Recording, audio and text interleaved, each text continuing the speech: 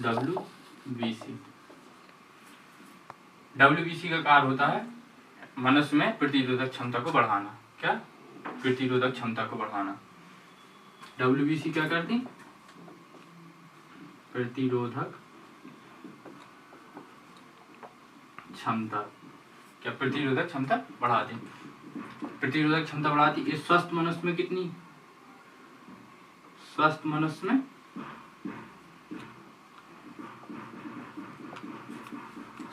में इनकी संख्या होती है 5000 mmQ। कितनी होती? 5000 mmQ। इनका जो जीवन काल होता, जीवन काल इनका जीवन काल होता है 7 से 12 दिन। कितना? 7 से 12 दिन। और जो WBC है ये 2 प्रकार की होती हैं। कौन कौन? 2 प्रकार की होती हैं। कौन कौन? कणका में और कणका रहित। क्या? कणका में और कणका रहित। कणका में, जो कणका में होती उनमें कणकाएं पाई जाती हैं और जो कणका रहित होती उनमें कणकाएं नहीं पाई जाती। अब कणका में जो है उसके भी 3 पार्ट्स हैं। 3 पार्ट्स। पहला है न्यूरोफिल्स, बेसोफिल्स और इथोसिनोफिल्स।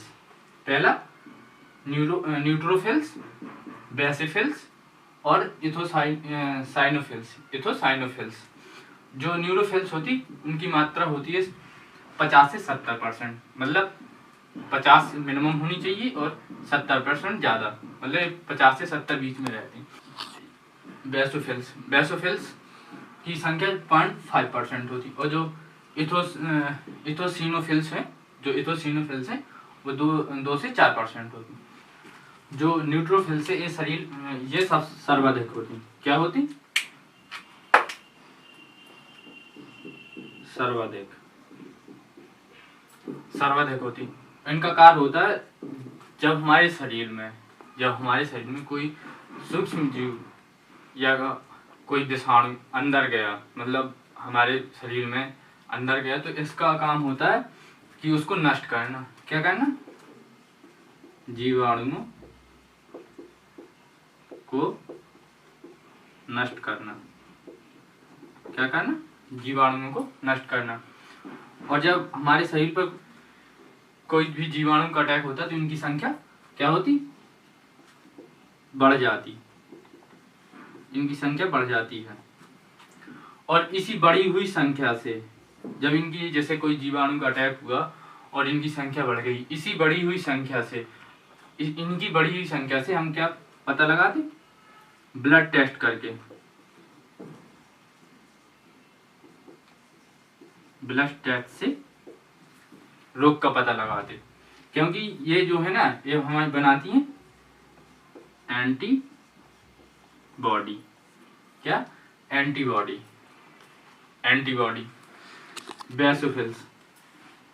बेसोफिल्स का काम होता है जब हमारे शरीर में कोई भी बाहरी जीवाणु विषाणु का अटैक हुआ तो ये हमारे शरीर में एलर्जी उत्पन्न करती। क्या करती? एलर्जी।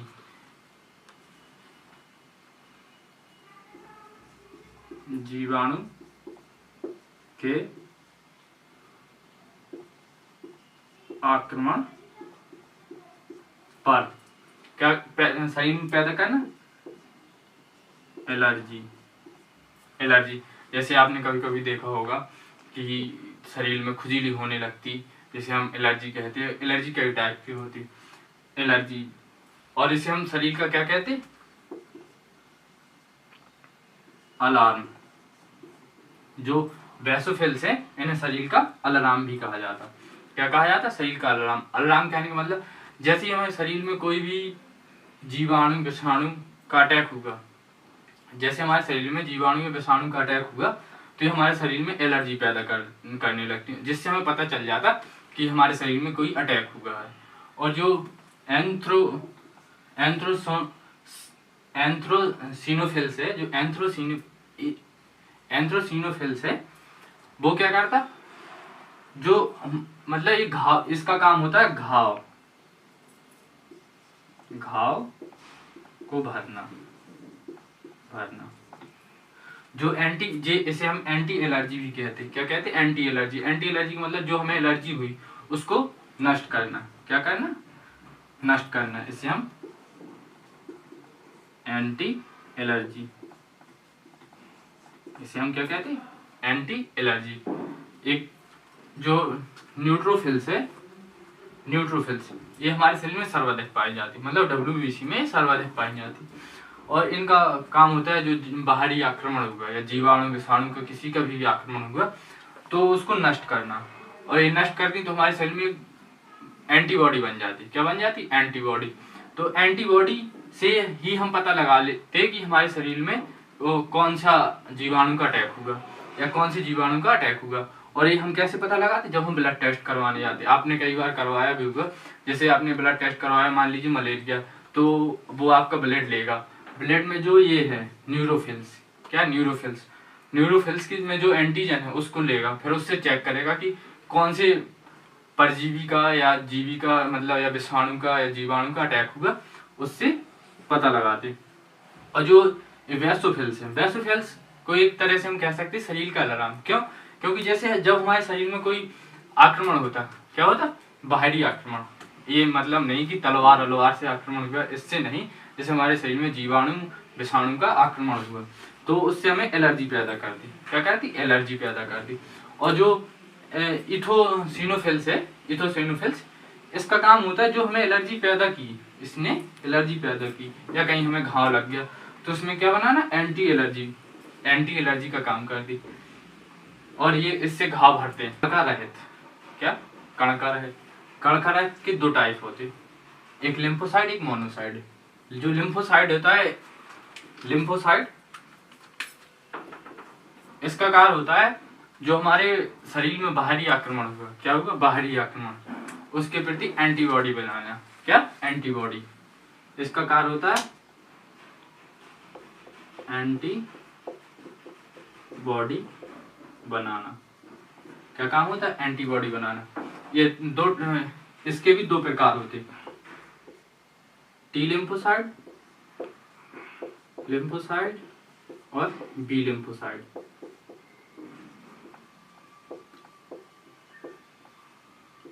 B lymphocyte. जो टी लिम्फोसाइड का कार्य होता है वो होता, जैसे हमारे शरीर में कोई भी एंटीजन प्रवेश किया, क्या? एंटीजन, कोई भी बाहरी आक्रमण हुआ या कोई भी जीवी परजीवी हमारे शरीर में प्रवेश किया तो उसके प्रति एंटीजन बनाना। क्या? एंटीजन बनाना, एंटीजन बनाना।